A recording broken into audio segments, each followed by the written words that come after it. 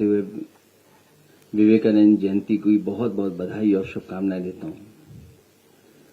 साथ ही मैं आदरणीय उदय प्रताप सिंह जी और दीपक कवि जी को धन्यवाद और बधाई दूंगा कि आज के दिन जहां आपने एक अच्छा काम करके नेताजी के काम, समाजवादी आंदोलन, नेताजी का संघर्ष और आज ही के दिन आपने तय किया कि जहां विवेकानंद जयंती है वहीं नेताजी के नाम से भी आपने एक कैलेंडर निकालने का काम किया है। इस कैलेंडर में हर महीने में कहीं न कहीं समाजवादी लोगों के और समाजवादी चिंतन दिखाई दे रहा है। जहां से शुरुआत हुई है, धरती पुत्र और नेताजी का नाम है, वहां सबसे पहले हमारी पार्टी का झंडा गीत जो आदरणीय उदय प्रताप सिंह ने लिखा था वो दिखाई दे रहा है। और आज जयंती के दिन हम ये भी संकल्प लें कि जो रास्ता दिखाया था स्वामी विवेकानंद जी ने, उस रास्ते पे चल करके ही समाज और देश का भला हो सकता है।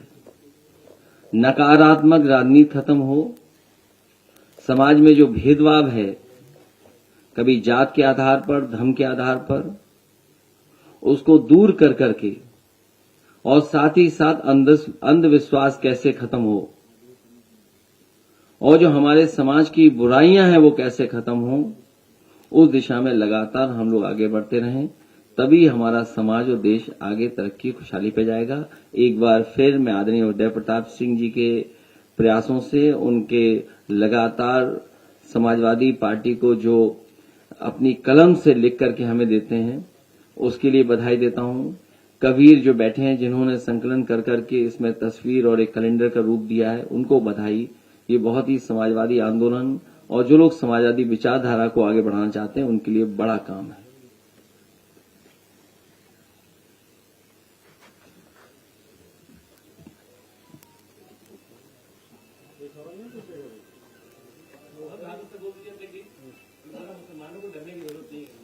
मैंने पढ़ा नहीं।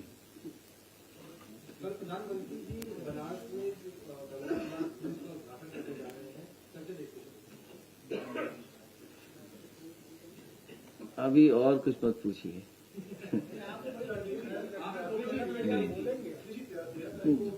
देखिए, गंगा एक्शन प्लान जो पहला बना था और समय समय पर सुप्रीम कोर्ट, हाई कोर्ट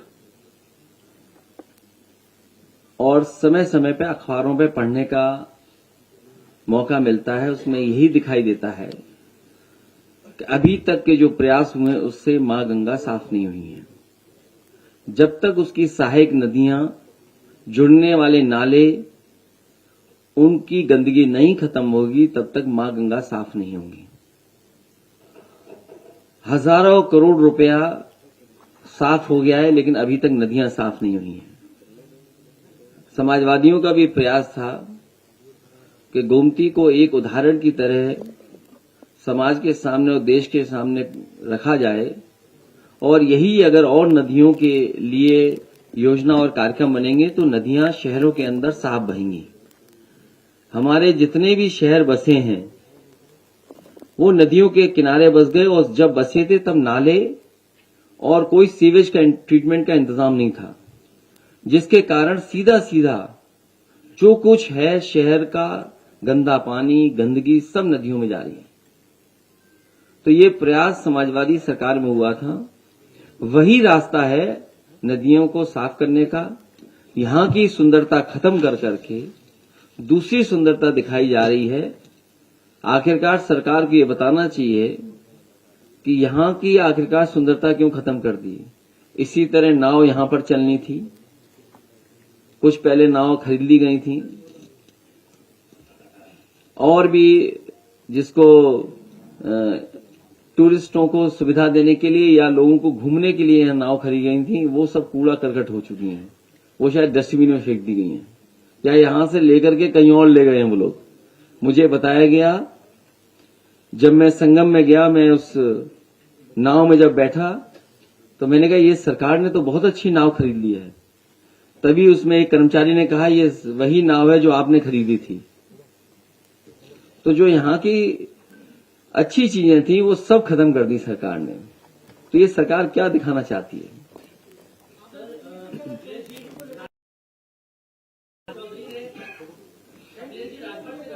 ये आपके लिए मुद्दा हो सकता है, ये हमारे लिए मुद्दा नहीं है।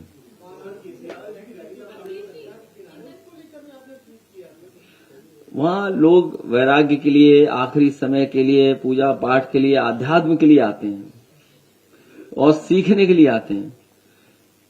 लेकिन ये भारतीय जनता पार्टी टूरिज्म और पैसा बढ़ाना चाहती है, पैसा कमाने के लिए व्यवस्था बना रही है।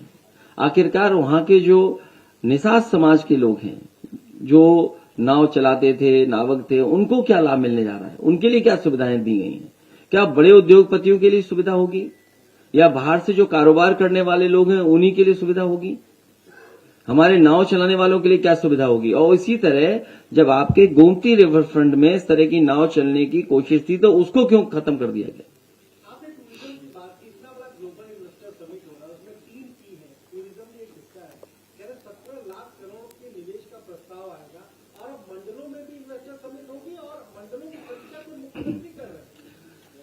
मैंने कन्नौज का एक अखबार पढ़ा, हो सकता है हर जिले में इसी तरह का सरकार प्रयास कर रही हो। जो वहां के कारोबारी ने अपने हिसाब से जो काम शुरू किए, कोल्ड स्टोर बनाया या कोई और रोजगार या कारोबार किया, उसका भी इन्वेस्टमेंट में पार्ट बना दिया। तो कहीं ऐसा तो नहीं कि दुनिया से इन्हें इन्वेस्टमेंट न मिल रहा हो। हमारे यहां जो स्वयं उद्योगपति या कारोबार करने वाले जो समय समय पे काम करते हैं उसको भी इन्वेस्टमेंट में शामिल कर दिए हों। सरकार को ये बताना चाहिए कि पहले इन्वेस्टमेंट में आखिरकार कितना जमीन पर पैसा आया है, उतरा है। इसलिए मैं एक बार फिर, क्योंकि और जाने क्या क्या पूछोगे, अभी इन्वेस्टमेंट मीट पे मैंने कहा है कि सरकार जहां इन्वेस्टमेंट की बात कर रही है वहीं सरकार को यह भी बताना चाहिए कि पहले एमओयू हुए थे उसको कितना जमीन पर उतारा और किस इंडस्ट्रियल पॉलिसी के तहत क्या इंसेंटिव देकर के आप उद्योग ला रहे हैं। जब आपके पुराने एमओयू जमीन पर नहीं उतरे हैं तो नए एमओयू जमीन पर कैसे उतरेंगे? और फिर नया इंसेंटिव क्या दे रहे हो आप? ये केवल चुनाव की तैयारी है, जनता को धोखा दे रहे हैं। और जब लाखों करोड़ का इन्वेस्टमेंट बता रहे हैं तो ये बताएं कि इतने इन्वेस्टमेंट के आने से कितना रोजगार सृजन होगा। आखिरकार रोजगार सृजन कितना होने जा रहा है? और पहले जो घोषणा पत्र में लिखा था करोड़ों रोजगार नौकरी, उसका क्या हुआ? इसलिए आप भी कंफ्यूज मत होइए, आपको बहुत अच्छा पैकेज मिलेगा, बहुत अच्छी चमक धमक दिखाइए, जमीन पे कुछ नहीं उतरेगा।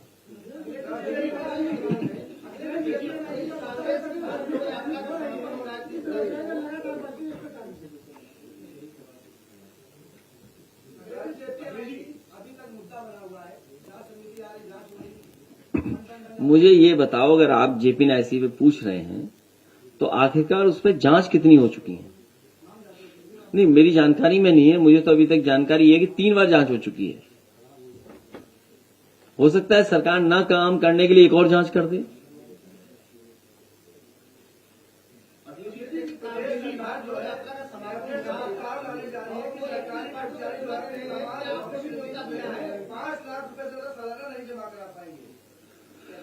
उसका विरोध किया जाएगा।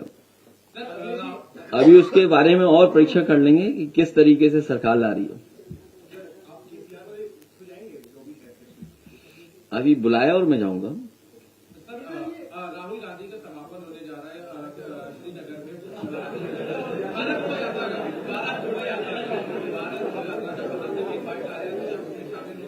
उसके अभी इनवाइट आया है तो मैं अभी पार्टी से डिस्कस करूंगा, उसके बाद उस पर फैसला लूंगा। अरे तुम्हें गोरखपुर महोत्सव में जाना चाहिए कि इधर उधर की बातें कर रहे हो? कोई तो जाए बैठे कुर्सी में। क्या सरकारी पैसा ऐसे ही बहा दोगे?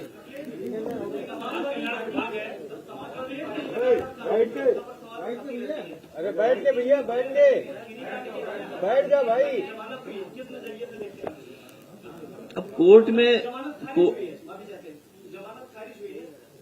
हमें कोर्ट पे भरोसा करना पड़ेगा, न्यायालय पे भरोसा है हमें। यूपी का विभाग है, 13,000 से ज्यादा मृतक लोगों को पेंशन दी जा रही थी, अब उसको बंद किया गया है हरदोई जिले में।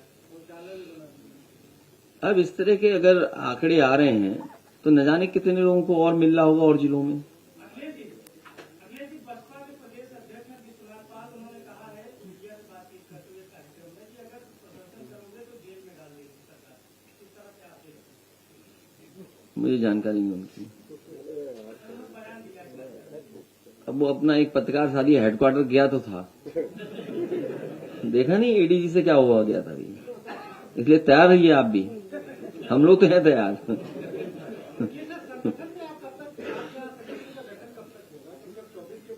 आपको इस बात की क्यों चिंता है?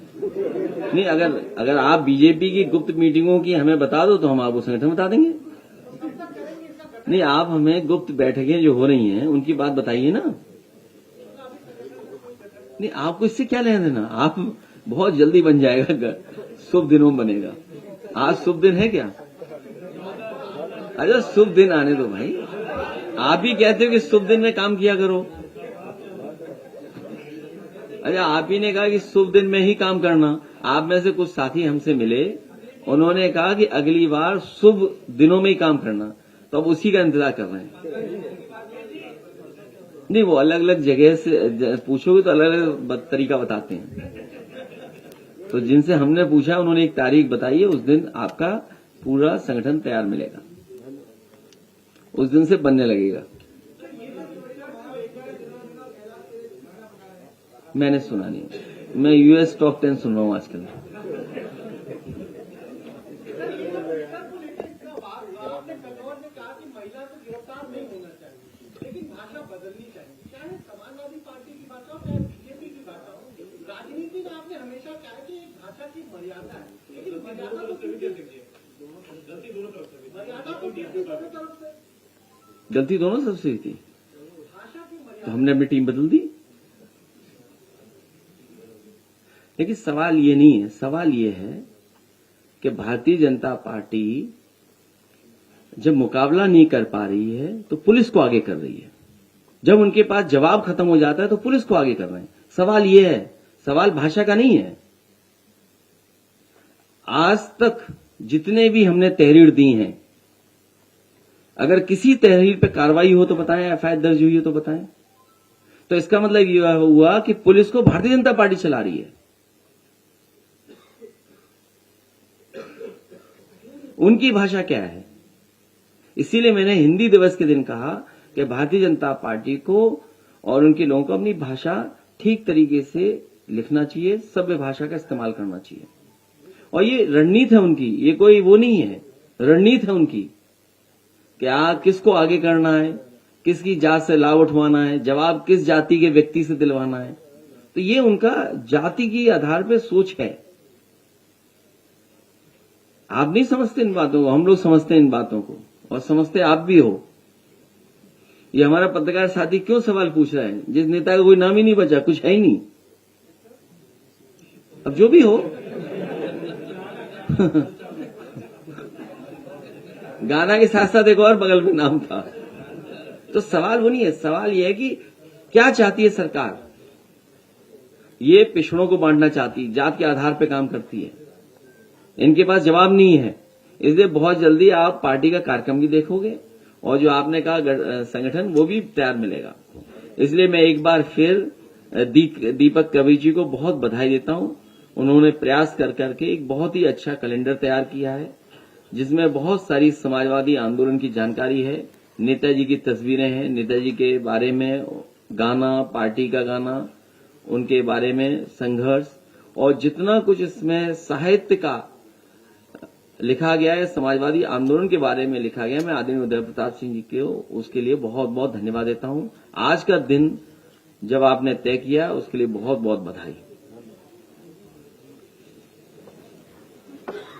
लाइए तस्वीर।